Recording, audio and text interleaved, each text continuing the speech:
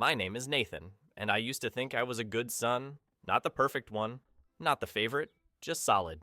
The one who showed up, quiet, reliable, always there when something broke, when the printer jammed, when the roof leaked. The one who sent grocery money just in case. I never expected a parade for it. I just thought we were all part of the same team. Then one day, everything I believed about family shattered, quietly and completely, the moment I opened a folder I was never meant to see. I wasn't looking for it. I was at my parents' house, again, helping Dad scan some paperwork. He'd wandered into the kitchen to argue with the microwave while I stacked the documents. That's when I saw it. Estate plan, last will and testament. Something in me paused. I wasn't snooping, not really, but after helping pay their mortgage for 5 years, covering the water heater replacement, fixing the back deck with my own hands, I figured I had a right to understand how the future was arranged. So I opened it. I wish I hadn't. Everything, and I mean everything, was going to my brother, Luke. The house, the savings, the retirement account, even my father's vintage guitar. Me? My name appeared once, in a single robotic sentence.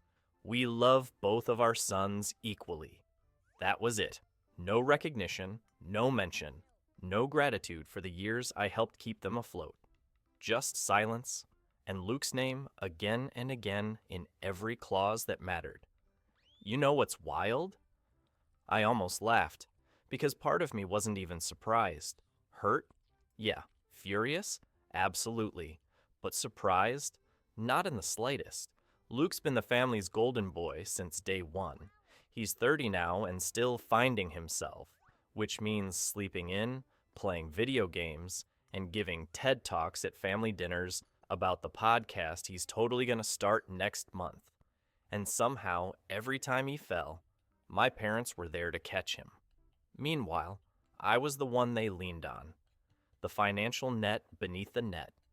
And now, they had the nerve to write me out of the future completely. But here's the twist, and maybe the real reason you're still listening. This isn't just about money. This story isn't about inheritance. It's about recognition, about betrayal by the people you thought would always have your back. And if you've ever felt like the one who gave everything and got silence in return, this story is for you. I want you to hear all of it. And if it hits you somewhere deep, somewhere you didn't expect, do me one small favor. Tap like so I know I'm not alone in this. And subscribe, because stories like this need to be told. And I have more than a few that the world should hear. We tell these stories to reclaim what was taken, even if it's just the truth. Anyway, when Dad walked back in and saw me holding the will, he froze. You weren't supposed to see that, he said. I looked at him. So it's true, he stammered. It's not what you think.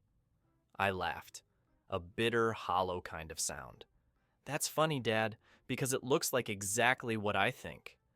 From that moment, something changed in me, quietly, irreversibly. I wasn't angry, not yet.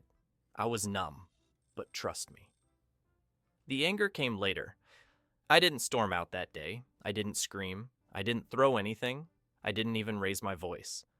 I walked to the kitchen like nothing had happened, poured myself a glass of water, and waited for Mom to come home.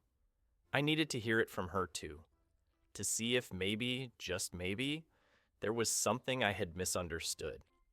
When she finally walked through the door and saw the folder still open on the dining table, her face froze for a fraction of a second, just long enough for me to know. She knew. Nathan, she started in that soft, practiced voice she used whenever she was about to explain away something cruel, as if it were kindness. I know how that must look. Do you? I asked. She stepped forward, placing her purse on the chair. You don't need that money. You have a great job. You're stable. He's still figuring things out. I said nothing, just stared at her. I think the silence made her nervous because she smiled that tight little smile. The one that always felt more like a warning than reassurance. You know we love you, right? I nodded once. Yeah, just not enough to include me. Her face fell. That's not fair. No? I held up the papers. Everything goes to Luke. The house I helped you pay for. The savings I contributed to. The car I had serviced for you last winter. Everything. She opened her mouth, but I cut her off. Do you know what the worst part is? I'm not even surprised. Hurt? Yeah. Furious? Absolutely. But surprised? I laughed under my breath. Not in the slightest. That night, I didn't go back to my own apartment. I checked into a cheap hotel across town. I couldn't sleep. My phone buzzed a few times, missed calls from both of them, but no messages. Not one apology, not a single explanation. Just ringing. As if I was expected to answer. As if nothing had happened. By the next morning, I decided I wasn't going back. Not ever. For the first time in 5 years, I let their bills go unpaid. I didn't remind them when the property tax was due. I didn't wire over a little something when Mom mentioned the gas company again. I stopped showing up for Saturday lunches. I stopped texting first. I disappeared and waited to see if they'd notice. 2 weeks passed in silence, and then the texts started. The property taxes are due. No greeting, no small talk. Just a cold, sterile reminder, as if I were still some automated bank app. I stared at the message for a minute, then typed back, I'm sure Luke will handle it, since, it's all his now. I hit send. 5 minutes later, my phone rang. Mom, I didn't answer. A second later, another message. Nathan, please, don't be like this. We need to talk. I stared at it. The audacity was almost impressive. After everything, now they wanted to talk? An hour passed before I responded. There's nothing to talk about. You made your choice. Now live with it. I turned off my phone for the rest of the night, but it wasn't over. Not even close. The next day, another message, this time from Luke. Dude, why are you acting like this? It's not that deep. Just help him out like always. I nearly dropped my phone. Not that deep? I typed back.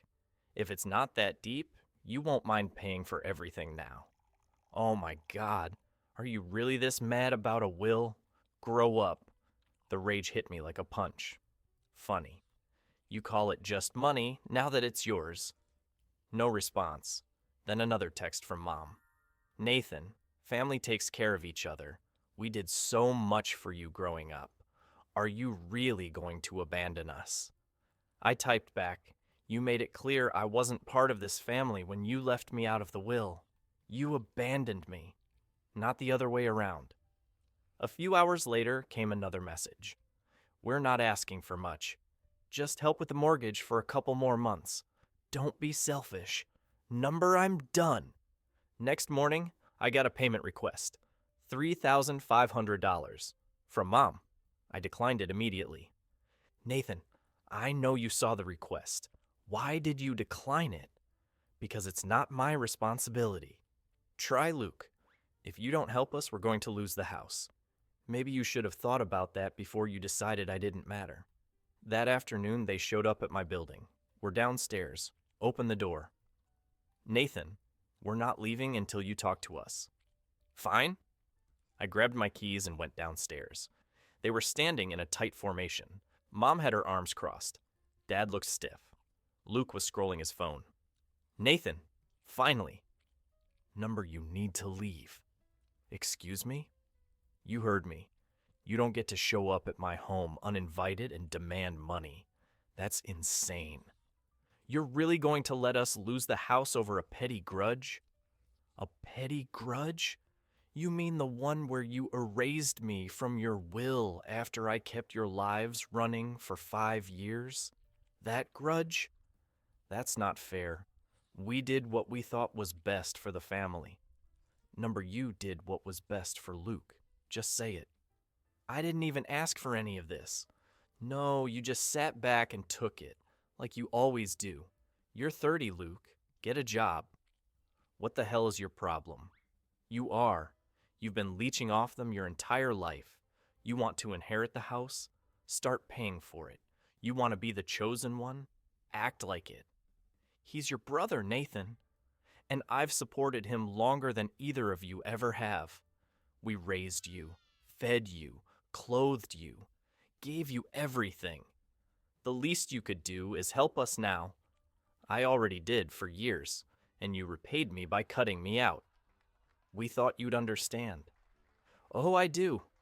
I understand that I was never your son, just your bank account. What's your excuse? You've had years to pull your weight, years to take responsibility, and you didn't, because you knew they'd always pick you. You're a traitor. You couldn't just keep it private. You humiliated us. I hope you're proud. You'll regret this. I don't. I never have. Not even a little. I thought slamming the door would be the end of it. It wasn't. 2 days later, someone sent me a screenshot from Facebook. It was a photo of us. Old. I was maybe 16. Luke was on my shoulders. Mom was smiling like she was auditioning for a commercial. The caption said, "I didn't raise my son to be like this. Family means being there, especially when it's hard. I don't even recognize him anymore." Then came the comments. Then Dad's post. Then Luke. I didn't respond. I waited. Then I posted. I've seen the things my family's been posting about me. I didn't want to respond, but there comes a point where silence just feels like permission. So here's my side. For the last 5 years, I've been helping my parents financially. Mortgage, repairs, groceries, utilities. I didn't advertise it. I did it because I believe that's what family does. A few weeks ago, I found out I'm not included in their will. Everything goes to my younger brother. Everything. And when I asked why, the answer was simple. You don't need it. No discussion, no explanation. Just a closed door. And when I stepped back, when I stopped paying, stopped showing up, suddenly I was the ungrateful one. They've turned this into a public performance. I won't do that. I won't argue in comment sections. I won't write paragraphs under old photos. I'll just say this. Family is not a transaction, but it's not a trap either. You don't get to demand everything from someone and offer them nothing in return, not even honesty. I didn't abandon my family. I just stopped letting them treat me like a credit card. Think what you want. This is the truth. I hit post. They called. I didn't answer. You'll regret this. You think you're better than us now? You humiliated us. I hope you're proud. But I didn't regret it.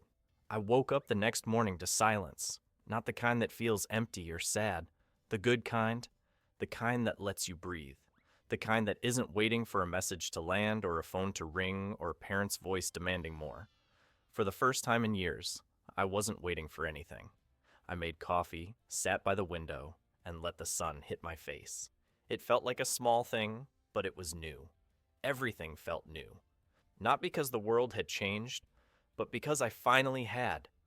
I scrolled past their numbers in my blocked list. There was no urge to unblock, no temptation, just peace. There were no more messages, no more guilt, no more manipulation, no more pretending. Just me.